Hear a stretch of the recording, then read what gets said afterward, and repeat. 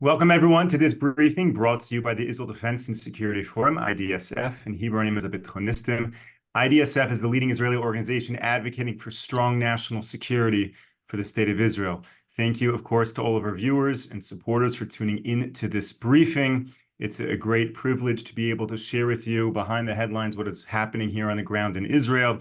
And it's a great privilege to be joined today by Brigadier General Amir Avivi, the founder and chairman of IDSF. General, what can you share with us about what is happening in this war right now? Well, maybe I'll start by talking about the announcements we saw in this last couple of days from the Minister of Defense and also from Benny Gantz. Minister of Defense was saying that he's worried about the fact that Israel hasn't defined a clear day after for Gaza.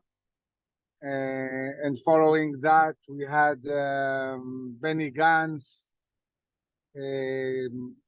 giving a time frame saying if by 3 weeks, 6 different things don't happen, we leave the government.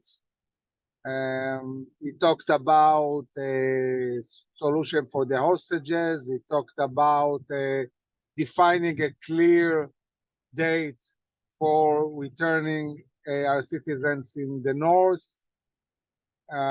He talked about the Saudi deal. But I can say that all these things he talked about are not really something that we control. It's not, I mean, Israel tried really hard to find a solution with the hostages. Everything we suggested and was approved by the US and the Egypt and Qatar. Hamas, every single suggestion rejected completely. Defining a date for returning the citizens in the north is something I don't see how we can do, because we don't know if there will be a war or not in the north. Can we reach a deal and get Hezbollah to withdraw? Not likely. And if we are going to war, we cannot really go to war before we finish with Rafa. And Benny Gantz didn't mention Rafa at all. So how much time it's going to take, and then how much time to bring the forces north, and then how much time are we trying to negotiate a deal, or immediately are we going to war? So I would say there is very little really Prime Minister can offer. He cannot solve all these issues. And then the Prime Minister challenged Benny Gantz and said to him, okay, let me understand. Are you in favor of conquering Rafah or not? Will we have to do a deal with Saudi Arabia and for doing this deal do a two-state solution, which is devastating for Israel? And Benny, and also about the day after, if Benny wants the Palestinian Authority. So Benny Gantz answered pretty much immediately and said, I'm supporting conquering Rafah.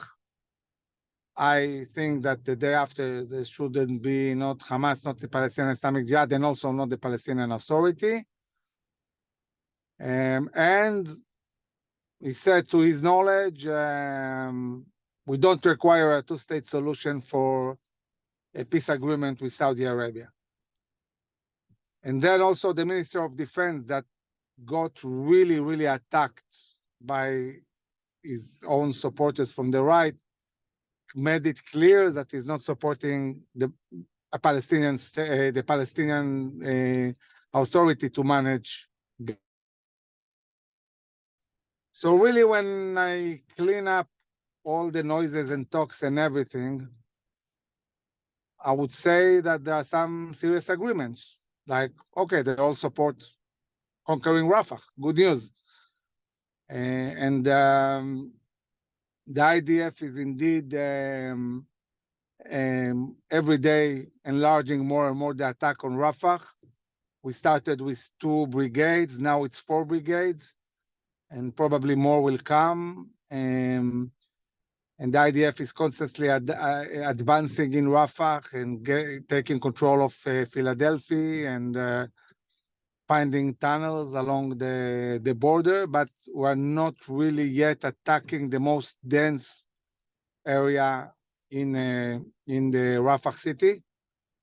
But this seems to be moving forward, and at least everybody declared clearly and openly they are all in favor of conquering Rafah. Today, the Minister of Defense tweeted that he met Sullivan and told him clearly that we need to conquer Rafah.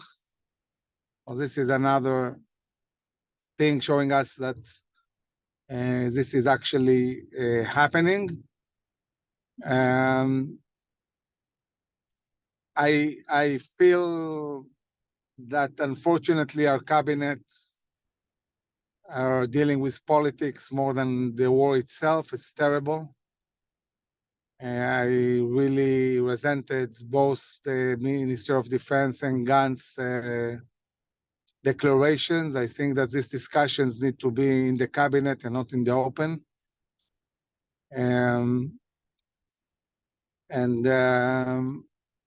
I think that what really there is not a clear enough understanding is that if you don't want the Palestinian Authority, and rightly so, to build from scratch a new solution and try to find some kind of alternative leadership within the Palestinians in Gaza, it's a process. It's not going to happen in a day. The day after Hamas, you need Israel to control everything. And even before that, I mean, if, for example, we control everything in northern Gaza, if we control humanitarian aid, then we can direct this aid to children and women and not to terrorists that are fighting us, and get them in a week or two to surrender because they will be without food or water. But we're not doing so. We're not using the full spectrum of tools that an army has to win against its enemies. And doing a siege against the terrorists, something that must be done. I'm not talking about not giving food to citizens. I'm talking about the terrorists. But for this, you need to control the humanitarian aid, and the IDF is not doing so. And this is endangering our soldiers.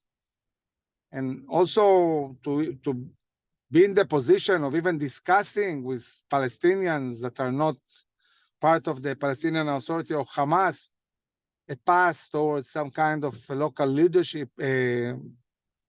This requires first Israel to control things, because without that, they won't even talk to us. They'll be frightened that Hamas is still controlling Gaza. So I think that politically we are in a very delicate situation that might impact badly Israel. I think that if Benny Gantz leaves the government, this is very bad for the unity we need to sustain this war that is going to be very long and probably also in the north. I would hope he won't do that, and I hope that if he does, other parties will join, maybe Saar or Lieberman, but I'm not a political expert, so I don't know. The government basically can function without Gantz, but I think that it's not the same. Now, what Gantz is doing is pretty much coordinated with all these demonstrations that were intensifying inside Israel. I think there is a clear plan to do anything possible to get Israel into elections before November. Why before November? Because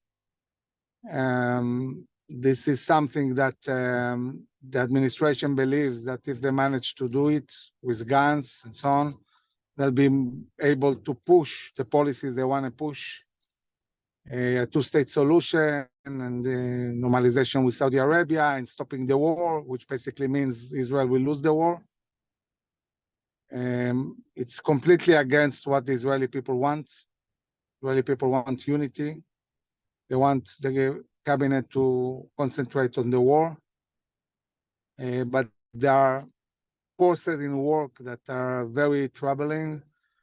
Our messaging is very, very, very strong and clear.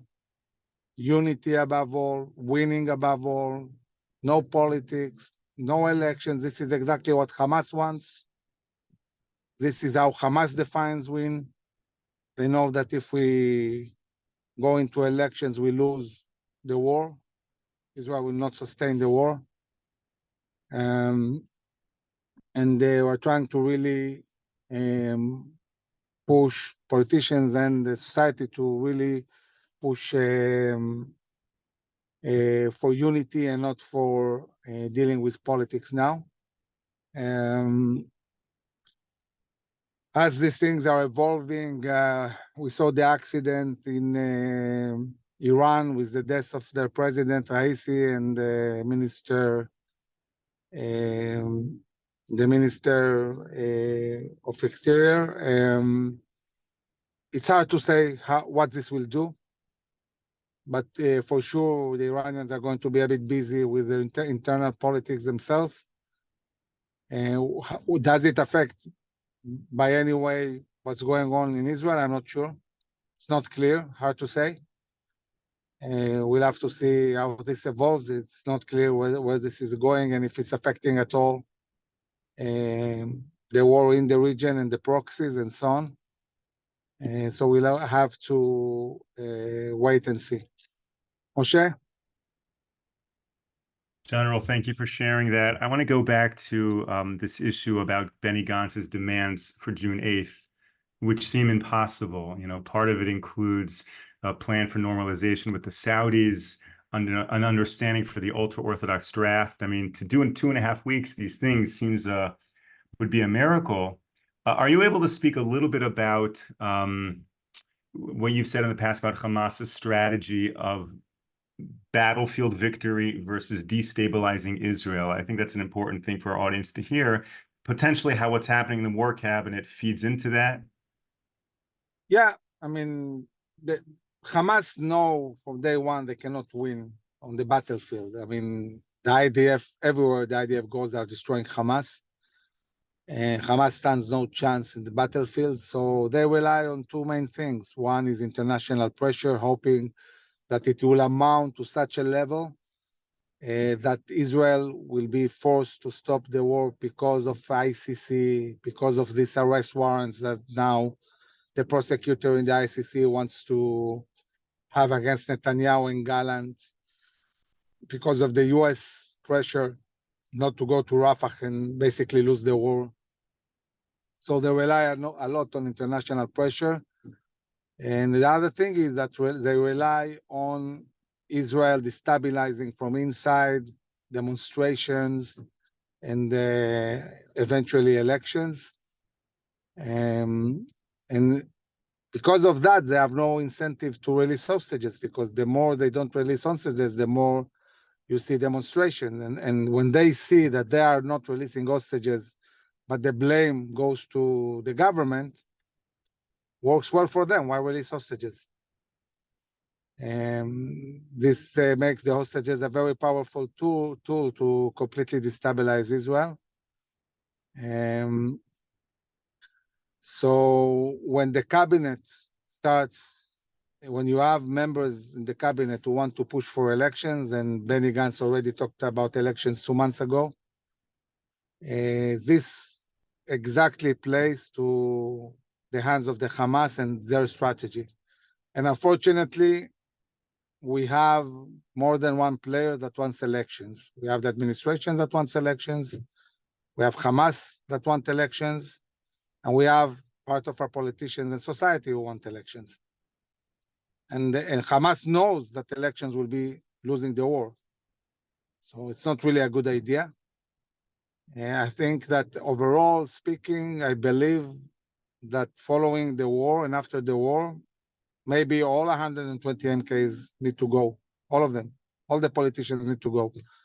The Israeli society is fed up with this political system, and definitely it would be reasonable to demand that not only the leadership of the IDF and the Shin Bet, but also our political leadership will understand that they are responsible for what happened. And it's not only this government, it's also the previous one. It's basically all the parties.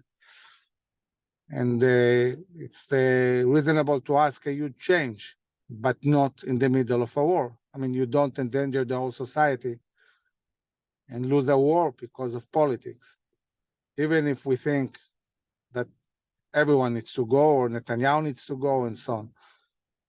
From a really national security point of view, it's wrong to destabilize now the government. We have the most experienced people at the moment in a very, very complex reality, dealing with very complex issues, trying to bring new people with no experience to try and deal with this huge, massive pressure internationally, and with really how complicated things are on the battlefield and regionally and so on. It doesn't make sense. It's not serious.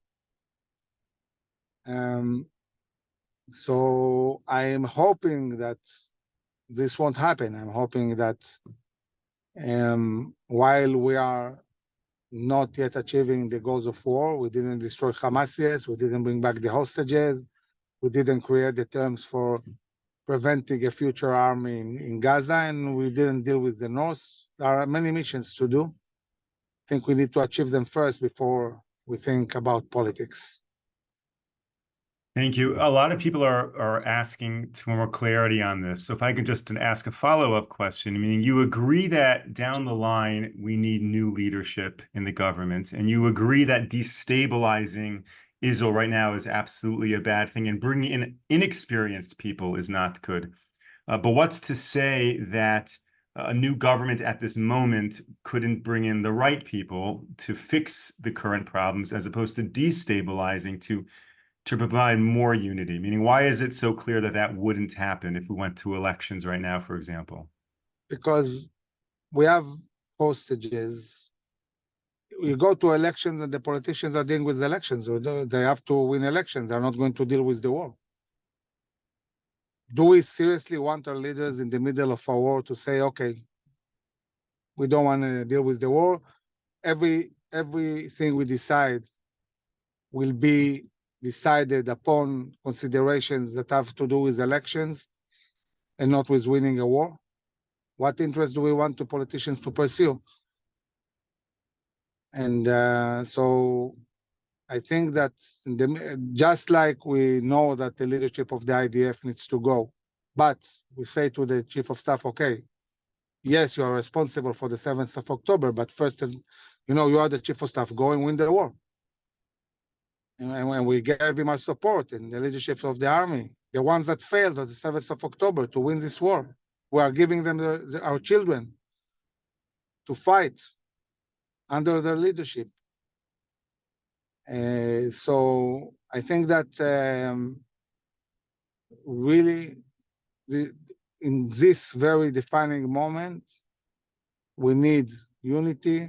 We need to be concentrated on winning the war.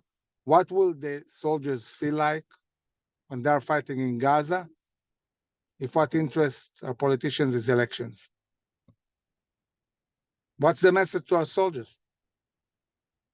If unifying is not important enough, so why are we sending our soldiers to die? If this war is not important, so why are they dying? So you cannot tell people to go and fight and risk their lives and then say that priority number one is politics and not winning the war.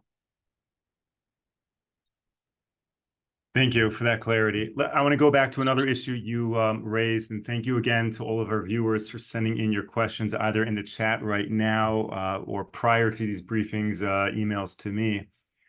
General, you mentioned a little bit about supplying Hamas and the need to siege them, need to make sure that they can't have the fuel and the supplies they need to fight. So there was a analyst, I think it was last week, who put out a number that he believes since the beginning of the war, Hamas has earned $500 million just from the aid trucks going into Gaza. And at the same time, now there's this U.S. Port where with this pier, I should say, and now supplies are going into Gaza. So how does the IDF handle this? Providing supplies to the citizens, to the residents, I should say, of Gaza, but at the same time cutting off Hamas. So what's happening now is that we simply send this humanitarian aid into Gaza with no real control, in a way that Hamas easily seizes this humanitarian aid, and then they get control of it. They give it to their terrorists, and also they control the society, they feed them. Instead of that, the IDF needs to take control of all the humanitarian aid, distribute it in a controlled way, overseeing who gets the food, making sure it's only civilians and not terrorists. And it's a logistical issue, how to do it. And by doing that and preventing the terrorists from reaching humanitarian aid, then they can control. Now, it doesn't matter if it's a pier or a truck or from the air. This is just different ways of bringing a humanitarian aid. It's technical. The matter is who distributes it. So if Israel takes the humanitarian aid from the pier and Israel distributes it, or Israel takes the trucks that are coming from Israel and Israel distributes the food, this is the issue. Not technically if it comes from the sea, from the land, or from the air. If it comes from the sea, and it happens now, Israel is bringing this humanitarian aid, but instead of dealing with the distribution, it simply sends it out into Gaza, and then we lose control.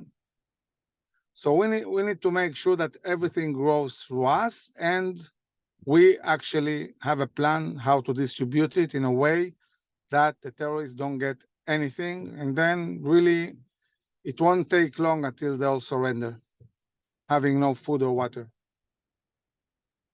Thank you, General. Last question, because we're just about out of time. It seems that there are more troops on their way or being stationed in Gaza. Are we seeing now a ramp up in the Rafa operations? We have more and more brigades at the moment, and every day or two there is another brigade joining the fight in Rafa. And I think that once really we see the IDF in full-scale attack into the Rafah city, then we'll see many things happening. Hopefully reaching the leadership of Hamas, reaching hostages, as we did in the last few days, when we released bodies of hostages, taking control of the border. Rafah is the key for victory. And every day that we are going more and more inside gets us closer to victory in Gaza. Brigadier General Amir Avivi, thank you so much for sharing this briefing with us. Thank you to all of our viewers and supporters for tuning in. We will be back with you tomorrow, 10 a.m. Eastern Time, 5 p.m. here in Israel. Until then, stay safe, stay strong. Take care, everyone.